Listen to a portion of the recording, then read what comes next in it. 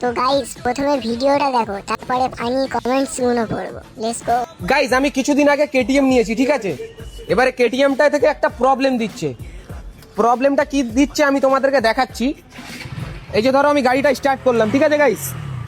এই যে স্টার্ট করলাম, এবারে প্রবলেমটা এখানে দিচ্ছে।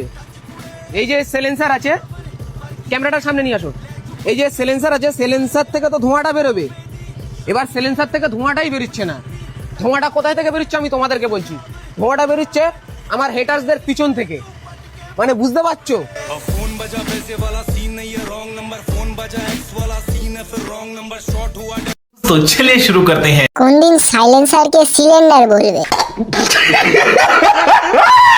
সাইলেন্সার না না না না, সিলেন্সার। সিলেন্সার পরে আগে এসআইআর এর কাগজ আছে তো তোর?